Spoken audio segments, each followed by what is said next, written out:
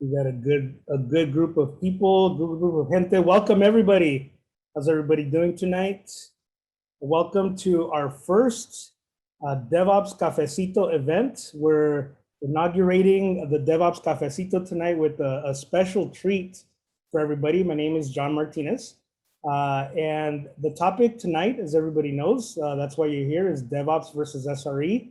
Who does what and when? So it's a very timely topic.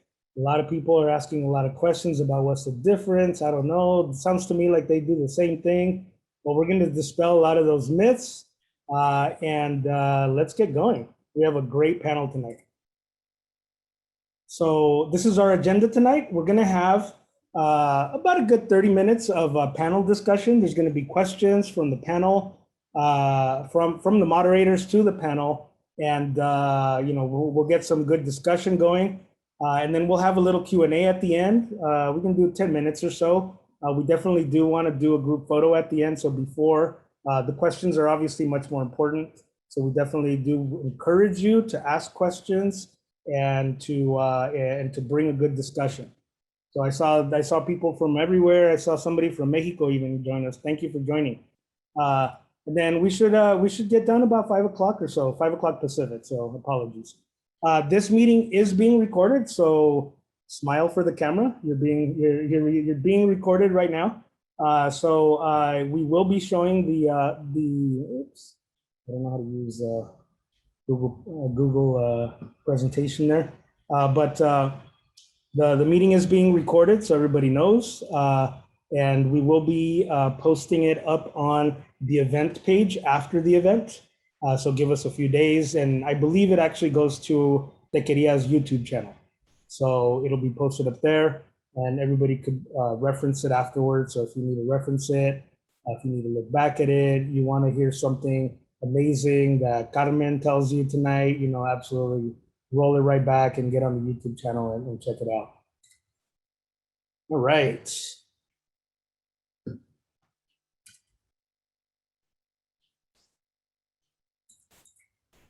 All right, a little bit about Tequeria. Hopefully most everybody here is a Tequeria member. If you're not a Tequeria member, I highly encourage you to join Tequeria. Go to tequeria.org. A little bit about the mission of Tequeria and why we're all here. So everybody that's part of this panel, we're all Tequeria members. That's how we all met. And it's basically the biggest group of Latinx professionals in tech that I've ever met. We welcome everybody with open arms, Latinx, or you're an ally, you're definitely free to join us. We have a lot of great discussion on the many hundreds of channels that we have on the Tequeria Slack. So everything from DevOps and cloud all the way to comida. So if people like to share pictures of whatever it is that they're cooking up or they're eating, to local chapters as well. So I'm in the Bay Area, so we definitely do have a pretty active San Francisco Bay Area chapter, but the different regions have their own chapters, and you can join the chapters. You can join their cafecito. So we know right now during the pandemic, we're not gathering together or anything like that. So we are relying on remote, on Zoom-based cafecitos or whatever. And, that's how we're getting to know each other. But definitely, please join Tequeria. Like I said, you're more than welcome to and join us on the front. So let's talk a little bit about the code of conduct. So we definitely do ask you to use some decorum when you interact with everybody, whether that's on the chat, whether that's asking questions. Please definitely, or if we unmute you and we unmute you and you ask a question in your mic. Definitely keep the conversations respectable. We definitely appreciate that. Constructive criticism is welcome. Differing points of views are welcome. So please definitely bring your perspective. Obviously here tonight we have 5 different perspectives that are being represented from those of us that are part of the panel. But there's lots of you out there. There's lots of students, lots of already pros on there. So, some of you may be DevOps engineers or SRE, or you're coming at it from the security perspective or some other perspective, and you're just curious. definitely bring your background into it. So very quickly, a couple of the do nots as well.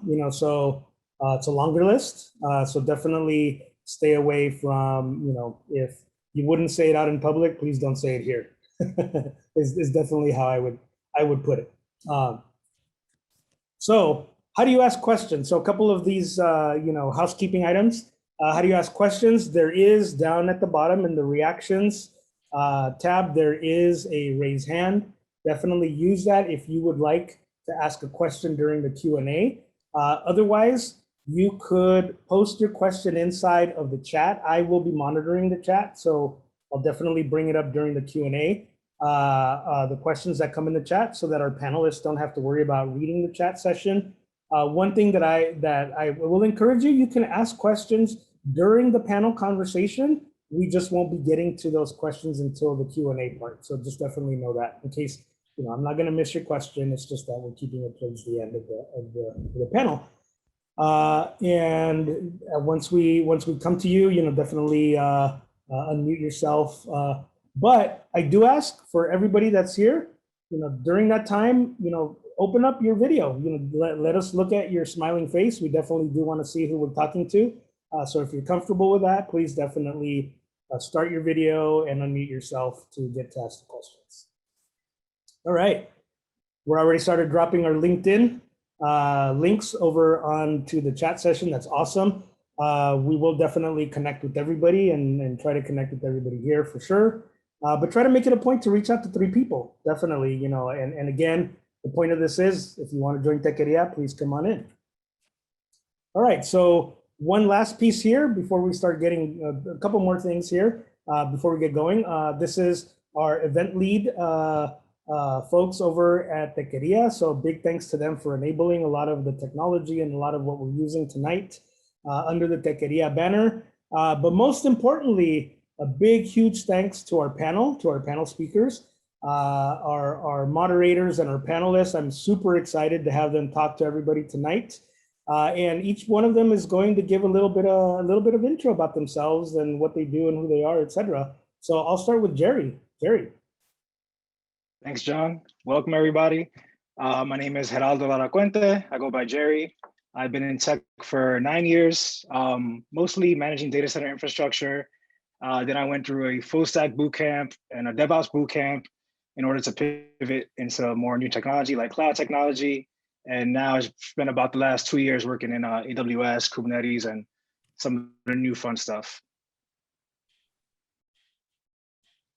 Cool. Hey, everyone. My name is Roger Martinez. I'm a developer advocate from Google Cloud. And I've been in tech for probably as long as Jerry. I think we graduated at the same time, same program and everything, same internship, whatever. For a while now, I started out doing mostly system administration, jumped into Google doing tech support, then jumped back to system administration, pivoted again to developer advocacy, and I've been there for about a year and a half now. So yeah, happy to be here.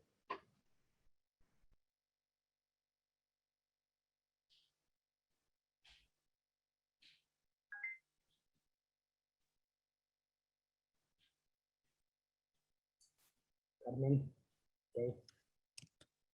Oh, do I go? Yes. I wasn't sure. That's the DevOps there. All right, I'll go first. So I'm Carmen Science. I am a senior DevOps engineer at Apex Clearing. I've been in high frequency trading and financial systems for 12 out of my 13 years. And I'm in Chicago. I'm based in Chicago. And I'm also currently working on a PhD at DePaul University. So working full-time and going to school full-time half the time. I'm Joseph Sandoval. So I've been in probably systems engineering, SRE, DevOps space, probably now for 20 plus years. And currently I am an SRE manager at Adobe, working within our digital experience side of the house, and as well as working upstream in the Kubernetes community outside of Adobe. Awesome. And my name is John Martinez, as I introduced myself a little bit earlier. I am a director for cloud R&D at Palo Alto Networks.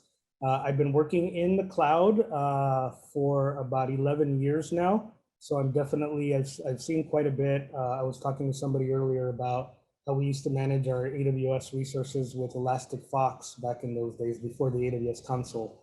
So definitely been around for a little bit in the cloud. I've been concentrating on cloud security for the last 7 or so years in various roles, but currently doing a lot of innovations work, developer relations work at Palo Alto Networks on our cloud, on the cloud security side of the house. I have been in the industry for 30 years this year. So it's a long career that I've had in the technology industry, and happy to talk about that and everything else. But tonight we're here to talk about, and that's why everybody's here, super excited to talk about DevOps and SRE. So I'm going to pass it over to Roger, who will get us going tonight. Yeah, let's get going. So let's just jump right into it. Carmen and Joseph, I don't know you two very well, but I can probably guess that when you were little kids, you didn't say, when I grow up, I want to be a senior DevOps engineer, or when I grow up, I want to be a site reliability engineer manager. That was probably not in the cards back then. So tell us a little bit about how you got into your roles. And let's start with you, Carmen. Well, actually, speaking about like growing up, I wanted to be like an Egyptologist. Like that's completely not engineering at all, right? I wanted to like, go to Egypt and dig up mummies and stuff like that. But what did get me started was, back in the late 90s, early 2000s, you had AOL, and then you started having MySpace, things like that, right? And the way that I started was that I got a computer that was like secondhand. And my mom's like, you won't get another one unless there's some miracle that we get money somewhere. So this is the only computer you're going to get. So you have to learn how to fix it. You need to know how to upgrade it. You need to know to do everything on this because you're not getting another one. And so I bought the Windows XP for Dummies book, PCs for Dummies, and I had to learn how to install RAM, how to do upgrade hard drive and stuff like that. And I had this computer from 7th grade up until the sophomore year. And the reason why I got a new computer is because during my quinceañera, people were really generous.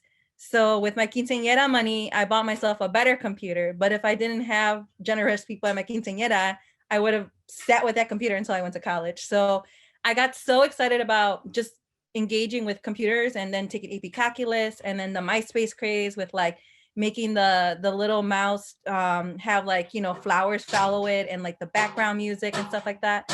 That's what got me to be like doing what I wanted to do. And so I was like, I'm going to study computers when I go to college. So that's kind of how I got into the computer sphere. Yeah, so for myself, I kind of grew up here in the Central California. And so I honestly really give my grandfather, because even though he wasn't a technical person, he came from Mexico. And he was one individual who, did construction in the valley. So some of the famous buildings that probably sit there today, there was other companies that used to be there, and he was out there building. And so I kind of gave him props as like the precursor to it. But for myself, being a cholo in Watsonville, like I never would imagine that I'd be in this space today. Where the digital nest is at, I remember cruising around there. And if you told me that I'd be in this opportunity, I wouldn't believe it. But what really got me excited was, my mother got a job and she was working for AT&T, and it was at a time when there was like early routing and networking. And I was just fascinated with it. And I wasn't good in school, but the only thing I probably was really interested in was mathematics. And once I understood what a computer was, and at that time you're talking like looking at magazines, I found a Sinclair computer. I was like, oh man, I got to get this computer. It just looks so amazing in this magazine. And it was, like I said, very limited. Like you barely had anything to work with, and you were just working with very primitive, basic languages. But it was enough to really stimulate my mind about like, wow, this is really powerful for what I can do. Eventually, though, like it didn't happen until years later, where I kind of went to a boot camp, not like what today is, but very different. It was more around electrical engineering, but it was enough to get me into a job where I got a job doing tech support with a software company. And I think that's honestly where my understanding of that friction between developers and operations really started, because here I'm doing customer support on software that I have no idea how it runs, but customers are calling me about bugs in the software. I'm trying to figure out like, why is it like that? Why is it breaking? And then I would aggravate the developers because I would show them like, hey, here's something that's happening. I can recreate this every time. I think you have a bug. And I'd get shut down and I'd be like, hey, can I look at the code? And they'd keep it away from me, like, mind your business, stay over here. But for me, it was just that interest. And I always really loved large systems. I had a chance early in the 90s to work at Hewlett Packard at one of my first jobs, where I could see HPUX, I could see systems at scale. Got to work at Sun as well, where it was a time when like all the .com companies wanted to use Solaris. And you started to see companies really build things that were distributed, but all that was like really new to me. But it was just that curiosity to understand, like, why do things work? How do you make it perform faster? Like, how do I know if something is healthy or not? And, especially being on the side where you're always carrying the pager, because I was a systems engineer being woken up in the middle of the night, that it really was what really kind of drove and excited me about the space that I was in. And I would say that in my career, there was probably 3 things that I can really point to that were powerful. I think around 2006, when I saw what Amazon was doing with S3 and EC2 and they were road showing it, my mind was blown, because then I was like, wow, I need to pivot. I got to change. And that's one thing to take away, is always be constantly learning and looking around what's happening around you. The other thing was the Velocity Conf, when John Ospaw, who I always had a lot of respect for, learned so much from his talks and his writings about what it means to be a system engineer and run reliable systems. But he started really talking about what DevOps was. And then as well as like a really book that just helped me get into performance, and that was by Brendan Gregg. But all these things are just things that were just interesting, and just trying to understand like why things work. How can I scale? Can I make it run better? Those are the things that really got me excited and just kind of drove me in my career. Nice. Thanks for sharing. Definitely sounds like a lot of my friends in the industry, similar background. So DevOps and SRE, they're both comprised of different philosophies, and we'll get into that a little later, and in the cafecitos. But there's also some very specific tools within each of those spaces. Could you speak on some of the specific tools that you use day to day or that your teams use? And for this one, we'll start with you, Joseph. Sure, and I think when I thought about that question, I think there's and even when I'm just a lot of us who are just kind of getting the space, and I looked in this audience and I could see like there's just so many people I know who I have a lot of respect for, who probably share some of the same tools. But for me, obviously, it starts with just the cloud computing platform. Like in this, like that, it's been so transformational. But then that presented its own set of problems of like, how do I harness it? How do I control these like fleets of machines? And so for me, like the things that really started to be transformational is things like like Terraform, which allows you to build up and tear down infrastructure. And I actually worked for a company previous to Adobe where we actually were trying to open source and build the exact same thing. And when I saw that tool, I was like, guys, we have to kind of like shelf this. This is going to replace what we're doing. We're not good at doing open source. Things like Vault, how do I share things securely, keys, things. But then there's basic stuff of like, how do I monitor things? So, Datadog, I love Splunk for logs. I still get pages, so PagerDuty is still in there. I'm glad when I'm tier 3, I don't like when I have to come in and fill in a tier 2 or tier 1. As well as things like for building things. So Jenkins, but old school stuff like Nagios still is kind of in our infrastructure there. Puppet we use for building infrastructure, and then a lot of the more modern cloud native tooling and stuff, which I'm in more and more of that space. So Kubernetes, Docker, CockroachDB, Kubeflow, Nomad, all these things really help comprise this wide landscape of tools that really make up my day-to-day.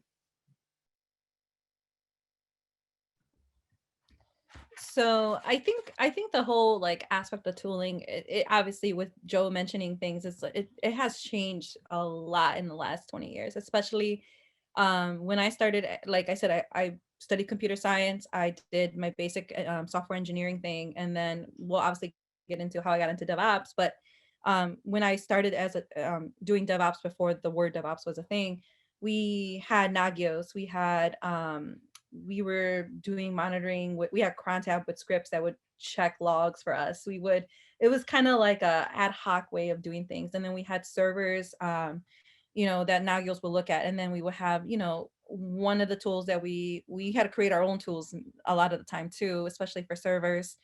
One of the things to do like multiple deployments would be Puppet or SaltStack. SaltStack is really so good for like trying to do, it's kind of like a Kubernetes way of deploying, or a Helm way of deploying things. If you think of SaltStack for hard servers, but like nowadays it's like, I also consult on the side. And if you're a startup, a lot of people go open source, right? Because it's free. So people start with Prometheus, Alert Manager, and Grafana, correct? And then if they want to monitor their logs, they might do Elasticsearch with Kibana.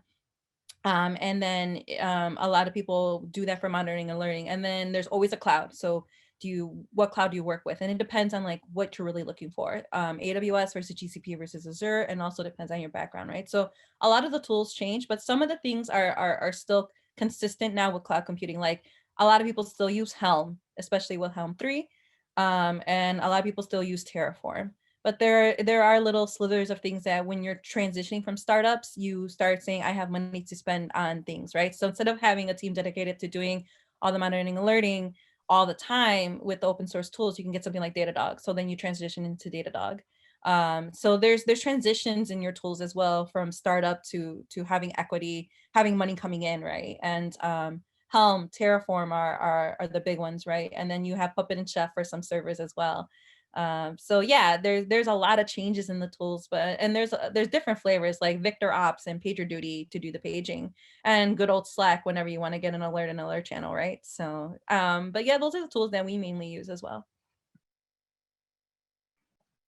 That was a lot.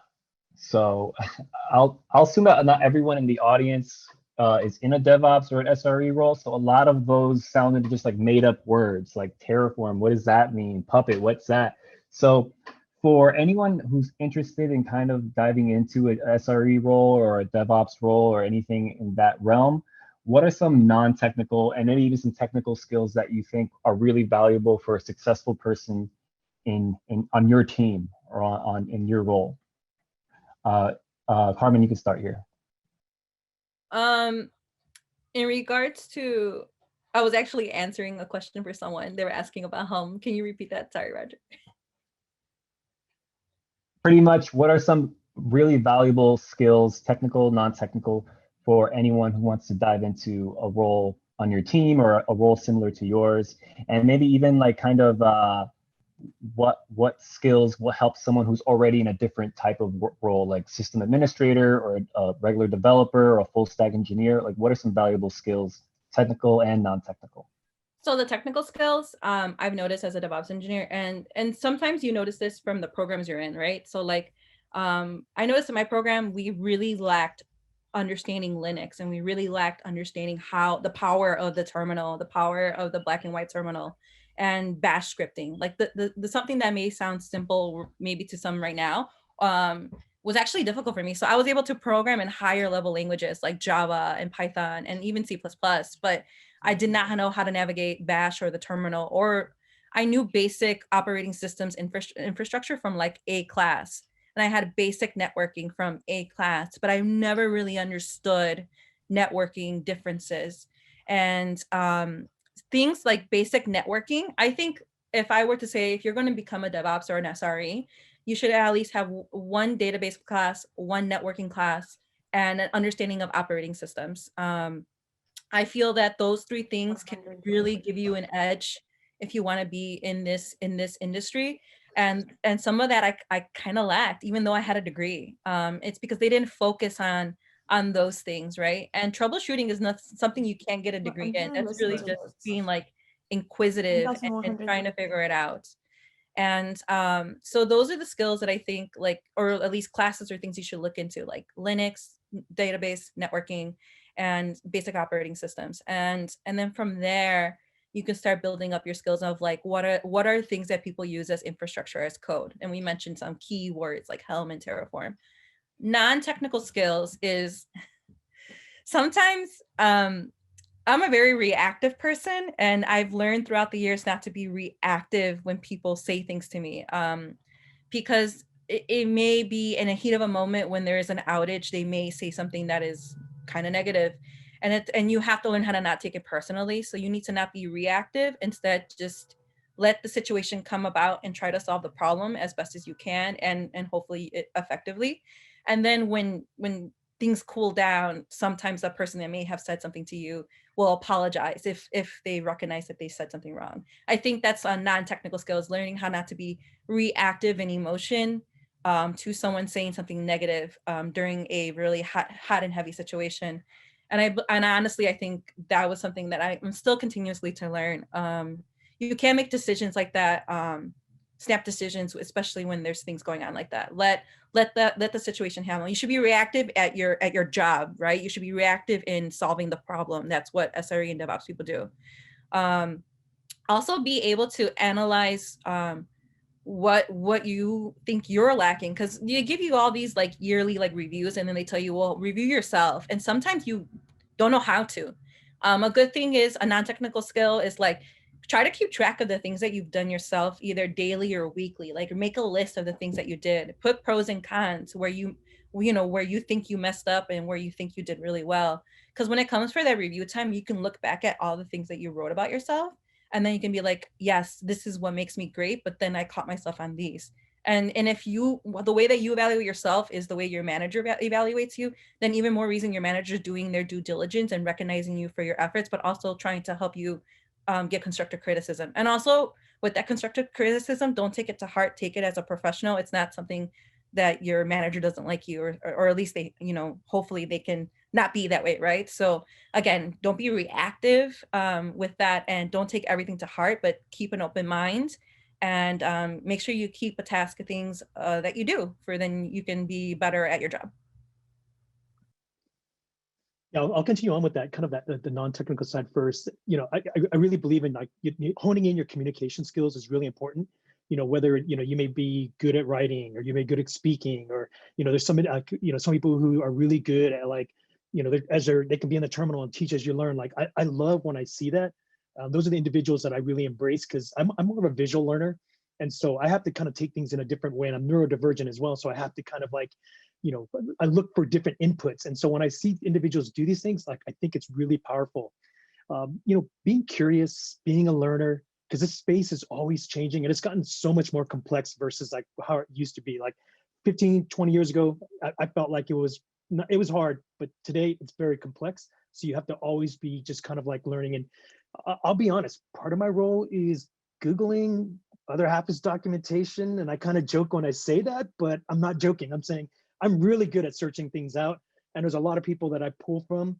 And I realize like my community really helps. And especially when you're in that open source space, you learn a lot about reaching out, collaborating, asynchronous collaboration, going cross organization.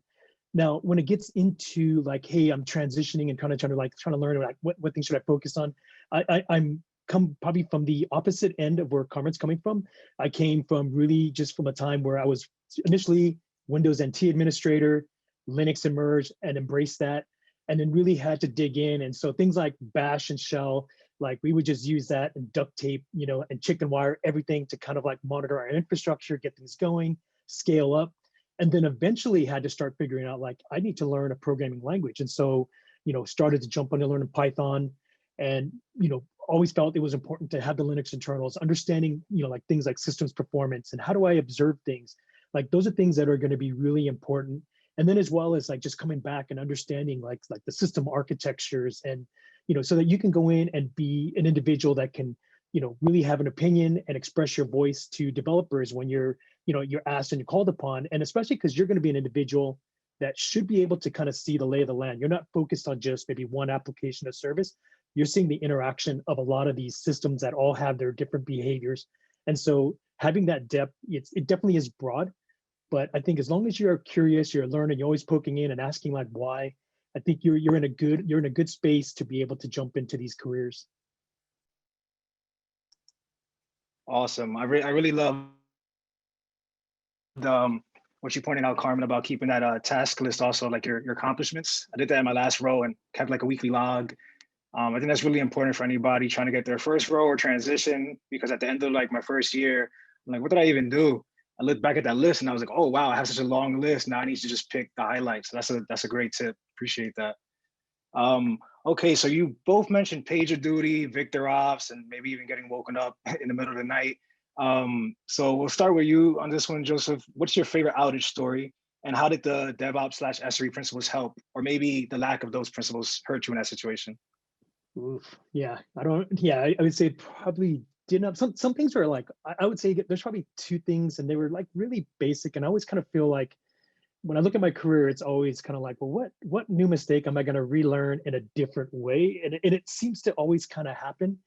But one was more actually just a basic of math. And that's because I used to run a network startup, and San Francisco used to have quite a few data centers. And we used to actually be running a network.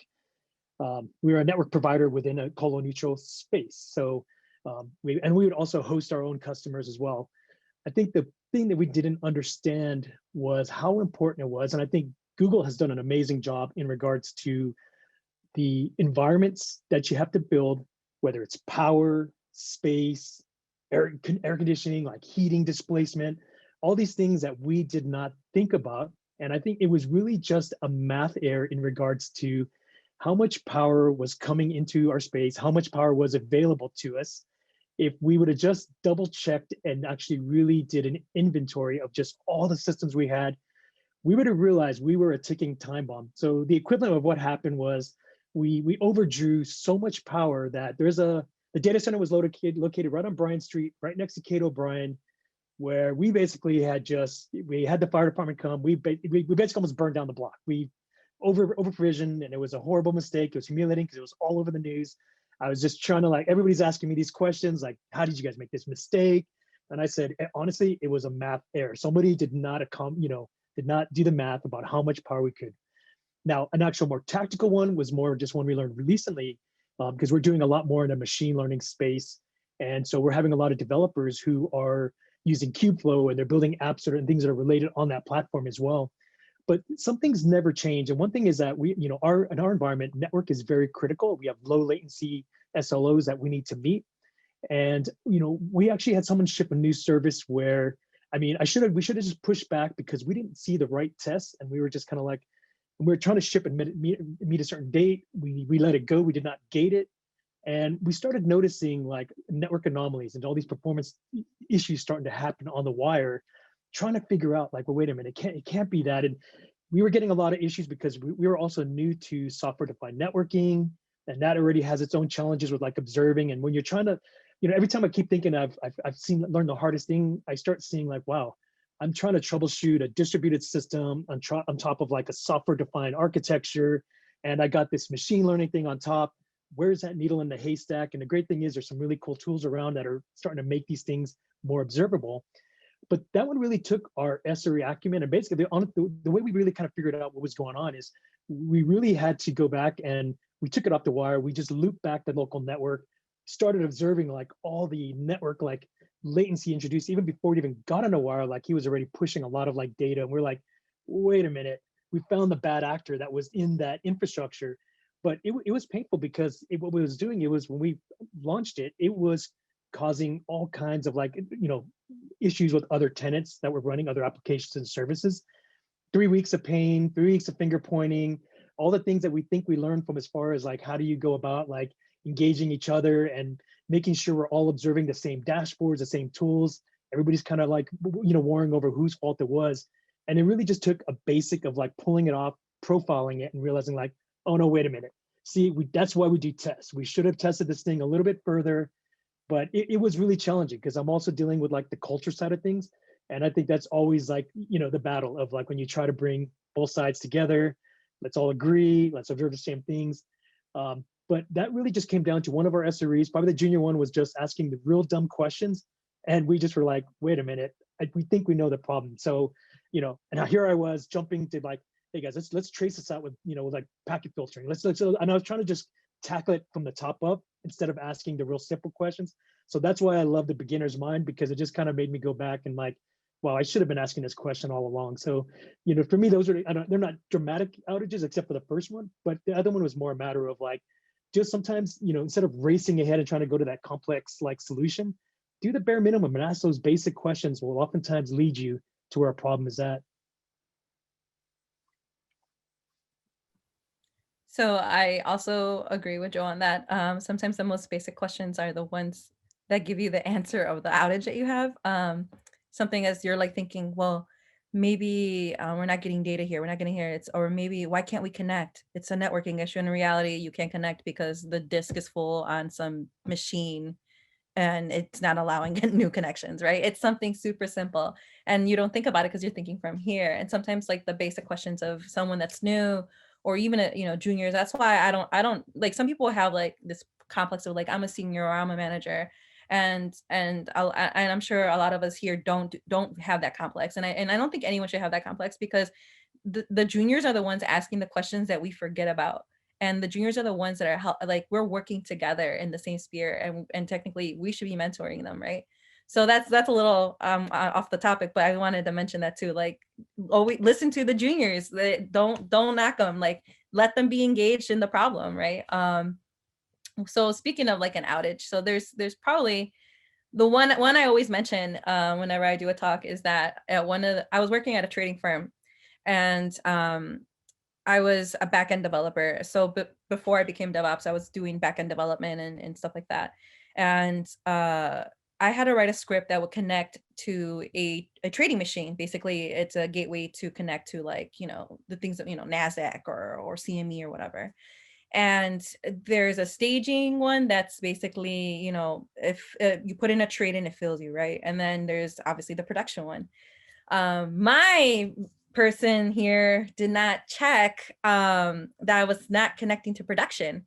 Literally, I just was in the wrong terminal window.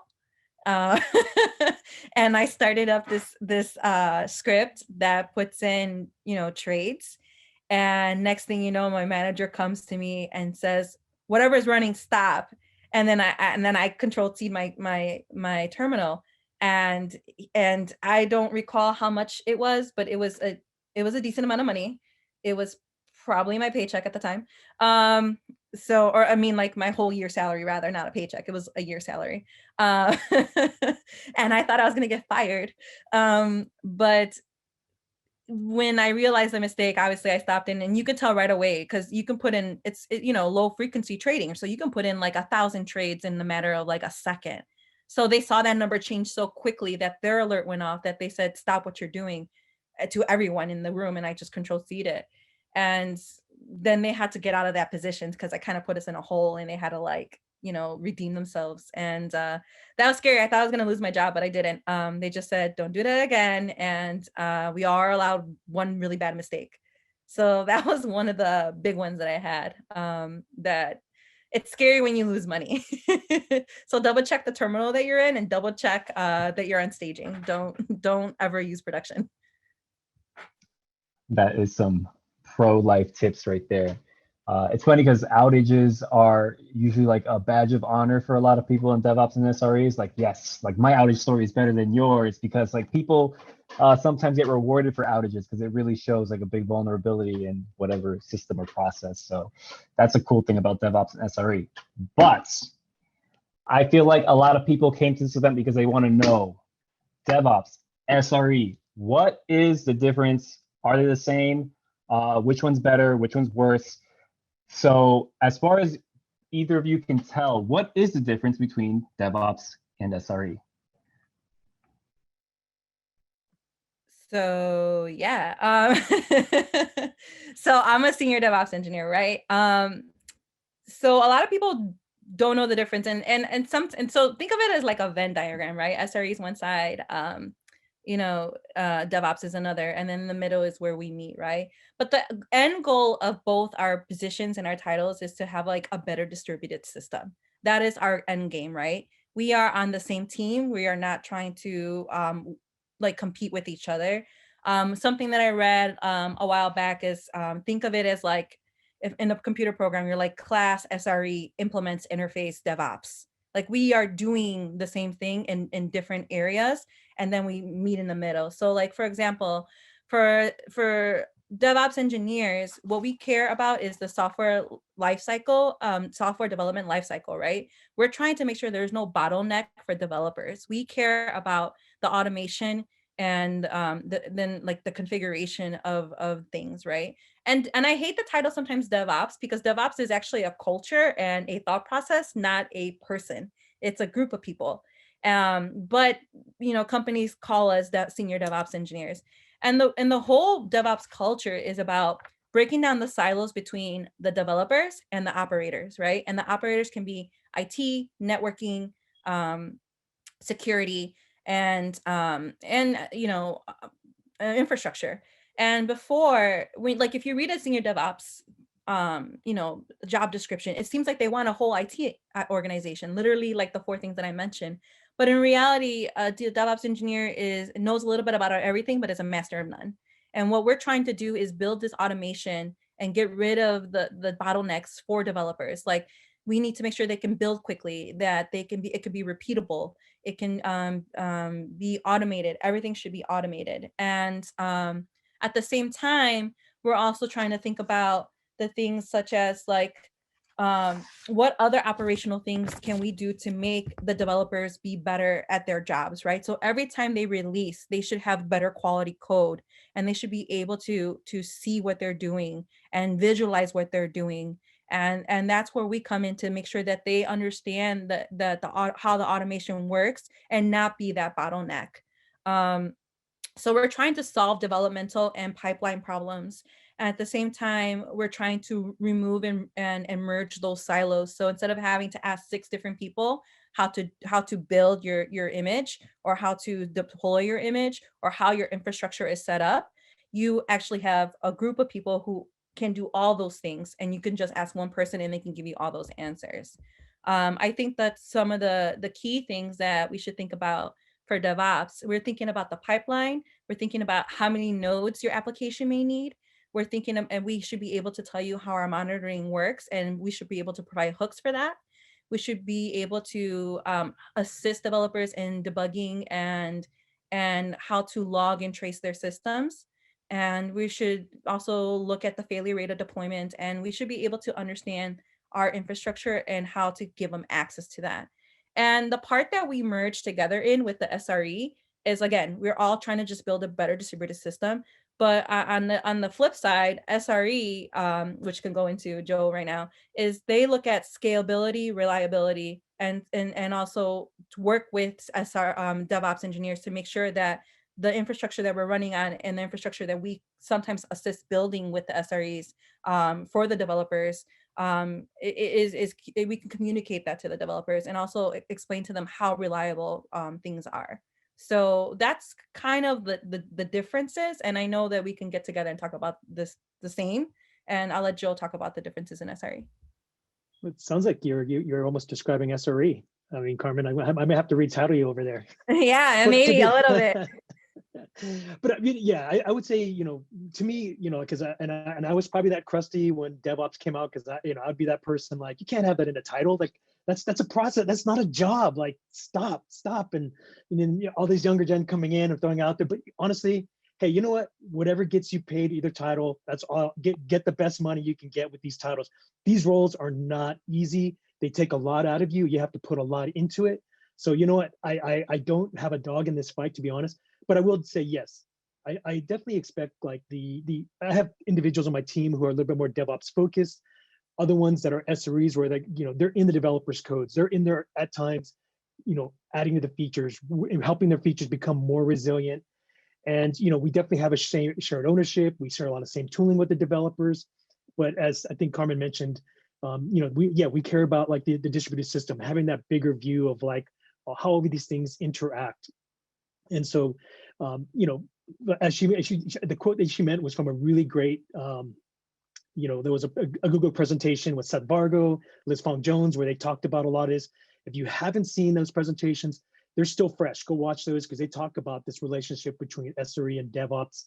And yeah, for me, it's about the culture. It's about not trying to do the toil, the stuff that really slows you down. Because as a system engineer, we used to have a lot of anti-patterns that we had to kind of like drop and realize like, wow, we're doing it the hard way, and then measuring it, slows, things that really matter, building, systems that are anti-fragile.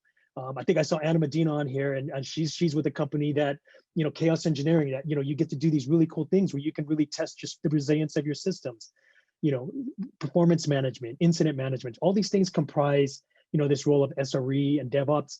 And so to me, they're really, they're orthogonal to each other. They share a lot. And they both, depending on the company and the size of the company, that can also change, what it is to those organizations as well. And I just think, like I said, I think I was kind of like beforehand sharing that I kind of felt like DevOps is a tequila. I feel like SRE is a mezcal, only because, they really marketed the heck out of DevOps. So just like tequila is over marketed, I'm a mezcal person, it's tried and true, it's earthy. So that's my analogy of like how you separate the two. Yeah, just to reiterate on that, I feel like they're they're pretty close to each other. Because just today I was telling Joe, I'm like, well, I was doing monitoring and alerting, but I'm not an SRE. But like I said, DevOps is a state of mind. It's a mindset. It's a process. And so like whatever gets you that bread, that whatever title it's there, right? But yeah, I think that that's where the juxtaposition is. Like at the end of the day, we want to have a better system.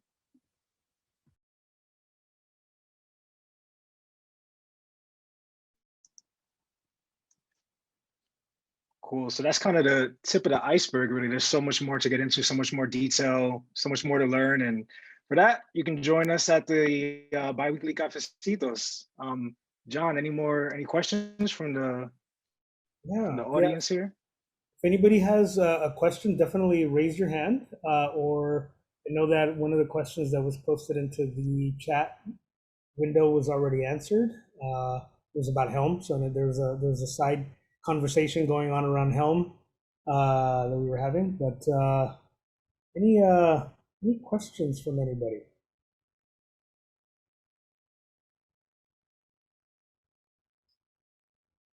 Anybody? Someone rose their hand. I don't know if I pronounced it right. Gio Rascon. Yeah, it's Sio, like short for Xiomara. Yeah. Can you guys hear me? Yes. Okay, cool. Yeah, I wanted to ask, like, what are the different titles maybe that different organizations may have? I work for a large, like, autonomous vehicle startup, and we don't necessarily have DevOps here, but we do have developer experience, and I think developer productivity. Is that similar to DevOps?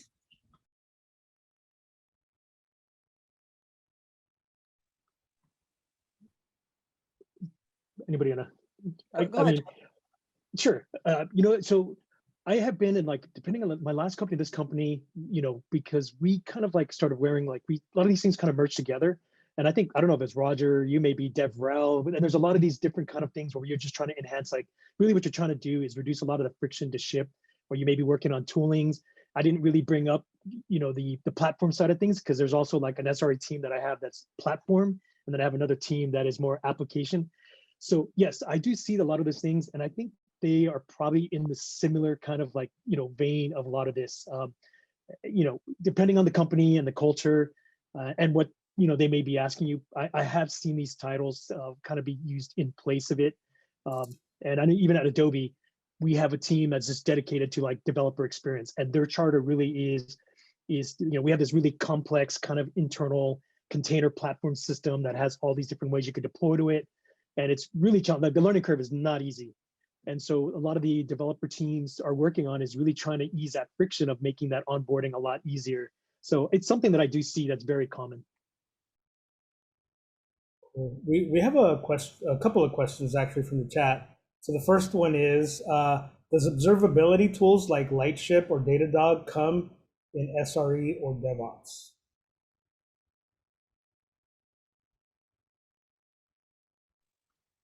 What was it was Datadog. What was the other one? Lightship, observability tools like Lightship or yeah. Datadog. So for Datadog, well, like in regards to, okay, like Lightstep. Okay. So in regards to like Datadog, I don't know anything about Lightstep, but like Datadog, I personally like Datadog. I don't know who, I'm Joe, you use it as well, right? We had to pivot because of price. Yeah. So a lot of people, so this is why I was mentioning earlier, like startups, you start with the open source stuff, because Datadog can be expensive. The cool thing about using Datadog or using something that's paid is that you get the assistance that you need in order to set up your monitoring and alerting. And you can have sessions with people. And the thing is, like, why a lot of people use stuff like that is because what they do is that you have your logging in one area and then you have your monitoring and alerting in another. And with Datadog, you have your logging, your monitoring, your alerting, and everything all in one place with the assistance of someone to help you build it. And some of it is out of the box. So like, I think that when you're using something like that, you do get assistance, and sometimes you don't even need to be like a DevOps engineer. You can just be a general engineer or or even a support person, or even someone that's just starting out. Like an intern can help set this up with the assistance of a Datadog engineer. So like that I can attest to how Datadog is, but I can't with Lightstep. I don't know if anyone else has used it. Did I answer like the whole question, or is there more into it? No, that's it. So we do have a couple of more questions. They're very closely related, so I'm gonna put both of them together, and it's about transitioning into a DevOps or SRE role. So any good resources, sites? I know people are posting on the chat already, if we want to transition to a DevOps role, how do we put ourselves in front of recruiters? So it's like, what are good resources for transitioning into DevOps, and how do I put myself out there so that I can get hired into said role?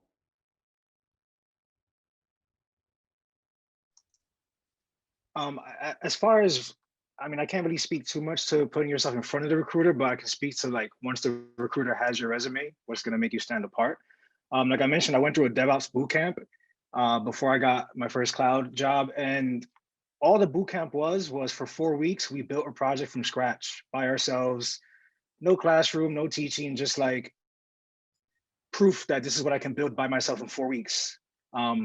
And it was just like, there's Kubernetes, there's AWS, there's Helm, you know, pick a few technologies and kind of put it all together. Or definitely speak to somebody in the field for like what's more realistic project. But kind of just build something yourself. If you're not at a company like working on this stuff, if you can build some project yourself and show that GitHub project to the recruiter, I think that goes a long, long way. Because, you know, when we're looking for somebody new on our team and they know Linux and they don't know networking and maybe some programming, if they haven't worked with Prometheus in production, or they haven't worked on a real project and built it from scratch, it's kind of hard for us to even like, you know, put the time to interview that person. We want to see that they've built something in our field on their own and they have something to show for it. So I think that definitely will set you apart, even just, you know, personal project. Yeah, I'd also suggest, like, you know, one thing I really encourage is just learning out in the open, sharing what you learn, like make your presence known, you know, like whether you can, you know, get involved in an open source community, and you'd be surprised, there's a lot of roles for that you can come in there and start kind of like building that, or as well as like just that learning to learn process or sharing what you're learning, to me is really, really important, because then you start kind of building that brand that's out there. And I think no matter whether it's this space or other type of engineering roles, you know, it's important to kind of do these things. And so, you know, I think a good example is there's an engineer, she's kind of really created this amazing brand, because she started writing all these really cool zines about like just basic like Linux tools. Julie Evans, if you have not seen her stuff, you should look at her work. Kind of like, you know, she talked about how to be a wizard, you know, and just like debugging and all these things. But what was unique about her was that she just took this little like format and just really ran with it. And I'm like, wow, you see me, you speak to me, and I love that. And when I see that type of thing, and I'm saying this to myself because I have to get better at really getting out there and kind of sharing myself and being willing to learn in the open. But that's one way to kind of like start to create yourself. So then when you get that resume, like here's my body of work, you know, and it really will make you stand out compared to the other candidate. So we're at the top of the hours. I will go to one more question because I do have a couple of more housekeeping items. John, real quick though, before that, I can't believe nobody said it, but a really good way to get those skills and get yourself in front of a recruiter is just surrounding yourself by people in the role that you want and that you're interested in. And the perfect way to do that is to attend meetups and cafecitos, especially ones that are in Tequeria. So that's just a plug for our cafecito, because like the people in this organization are truly great. And I feel like it's a supportive system that if you wanted to get good advice on what your next move should be, this is definitely the place. So great plug. And I'll talk a little bit at the end about the DevOps Cafecito for sure. Last question I do want to get to, because I do think it's an important question for sure. So we'll go a little bit over for those that can hang on, is the question about coding during interviews for DevOps and SRE roles. How important, yes or no, fair or not? So Carmen. I got this. Yes, I have a thing about this. Okay. So I have a computer science degree. I was originally a backend engineer. Yes, I can code, but that doesn't mean that I want to do that. That's why I'm a senior DevOps engineer, right? I say, no, it's not good. And I can give a perfect example. There's this amazing awesome company that I applied for, and they needed a principal DevOps engineer, right? And I wanted it because I wanted to raise in title, raise in pay. And they gave me a test, and the test was to do React and JavaScript and build it out to do, I'm probably gonna cut off right now because my internet's unstable. I apologize. They wanted me to build out this this React JavaScript, website, or that like grabs clients and saves their information and then deletes clients. And I'm like, why do I need to know why do I need to build this to prove to you I'm a good DevOps engineer? This has nothing to do with DevOps. That has nothing to do with infrastructure. That has nothing to do with bash scripting, which is the basics, or Python, which is the basic things that usually DevOps engineers do or infrastructure engineers do. So when they give you a test like that, then they don't really understand what you are. Now, and on the flip side, I did an interview with another great company, and their test was, here's this Terraform. You're going to use these modules from Cloud Posse, and I want you to build out these 7 things. And I'm like, that's a good test of my skill set. That's what I do every day. That is what I need to, that is what will make me shine with my test and my README, to say that I am a good DevOps engineer / cloud engineer / SRE. Right? That shows my skill set. But if they tell you to do Python and solve, like, I don't know, some Fibonacci sequence, and then they ask you what data structures are immutable versus mutable, that's not what you do, right? So to me, that's why I'm like, yes. Oof, that's a hot take, because right now, I mean, there's a whole channel, and if nobody knows about this channel, Interview Prep, there's some people doing some really great work in there. Because there is a game to getting interviewed at some of these companies. We have to be real about it. Yeah. What I would look for, if I had an entry-level SRE that could be flexible, obviously I want to see the shell. You could maybe do a small app in Python, write some test exceptions, take home. I'm not going to put you on the, I'm not going to make you do it in front of me or one of my engineers. But if you could take it home, show you can do it, it's probably what I'm going to do at my work. I'm going to Google like half the things, they're trying to figure out all the things that I forgot, or because I didn't document everything in that code. And I'm like, oh great, I got to go figure out what I was thinking when I wrote this. So, but unfortunately, and we could probably have a long conversation about this one. Oh Lord, the interview game in the Silicon Valley is a challenge. Roger works at Google. I blame them for this, but we got to live with this game, and hopefully it gets a little bit better, because there is some form of gatekeeping with this interview process that I don't like, and now it's trickling down into SRE and DevOps. But yes, I still do like to see some programming chops.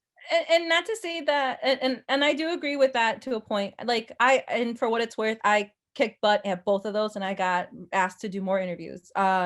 But why? Because we Google a lot as SREs and DevOps engineers. And you're right, there is a lot of gatekeeping, but I think sometimes those tests can prohibit people who come from boot camps, who do not have like the basic old school in understanding of computer science, and sometimes you really don't need that depending on what area you go in. And that's where I feel like the gatekeeping can really take out people who get certificates or associate's degrees from community colleges. Because at least in Chicago, 80% of people of color go to community colleges and they get an associate's degree, and they may have some basic understanding or do a boot camp, but they're not going to be able to tell you like how paging works in Linux because of XYZ, because their program is limited to that specific thing that they're doing, like iOS application development. So like I said, we can talk about it all day. So I'm going to cut myself off. I'm with you. We got to blow that up, because I feel like it's not realistic. They're optimizing for like 5% of the role. Absolutely, facts. We'll end there. So a couple of more things. Let's definitely take this discussion, my plug here, to the DevOps Cafecitos coming up starting next week. I'll put the slide up in a little bit, but before we get to that slide, I definitely want to record this, as this is a historical moment, right? This is our first of. So I want to take a screenshot. We have enough people where we have 2 screenshots full of people. So everybody, I ask you to please come on the video so that we can do that. Let me put the chat and participants. So bear with me. So everybody, when I say on 3, we're going to do a screenshot. Everybody smile for all of them. So Okay, here we go. 1, 2, 3. Look at your camera. All right. Next one. Okay. Oh, wow, I like it. Second screen is all up on there. All right, cool. All right, second screen, everybody. Smile. 1, 2, 3. Awesome. All right, let me one last thing here so that everybody can see. The DevOps Cafecito starts next week, same time as this session, 4 p.m. Pacific, 7 p.m. Eastern, and all the time zones in between or outside, wherever you are. Please join us. That's a long URL, but you can go to events.tequeria.org. And also when you go to tequeria.org, if you're not a member, again, I'll plug that as well. Join Tequeria. We'll have the resources, the chat session. We'll have it up on the Slack channel for DevOps in Tequeria. So as a last thing, I just want to say gracias to everybody. Thank you, everybody, for showing up. And hopefully we'll see you next week and every other week after that for our DevOps Cafecitos. Thank you, everybody. Everybody have a great night. Thank you. Take care, everyone.